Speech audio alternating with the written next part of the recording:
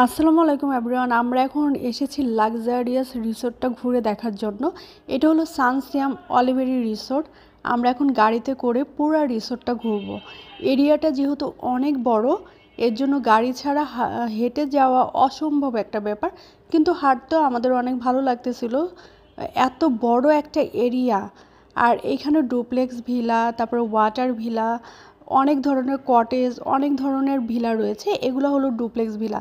এই ডুপ্লেক্স ভিলাগুলো দেখতে এতটা সুন্দর ছিল, এতটা লাক্সারিয়াস, মানে কি বলবো, অসাধারণ ভিলাগুলা। বাহিরের থেকে দেখতে অপূর্ব সুন্দর লাগতেছিল। এরপর আমরা যাচ্ছি একটু ওয়াটার ভিলার দিকে।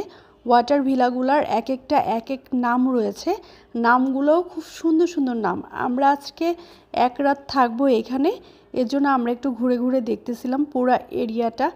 অপূর্ব সুন্দর এরিয়াটা, খুবই লাক্সারিয়াস, খুব ভালো লাগতেছে আমাদের ঘুরতে।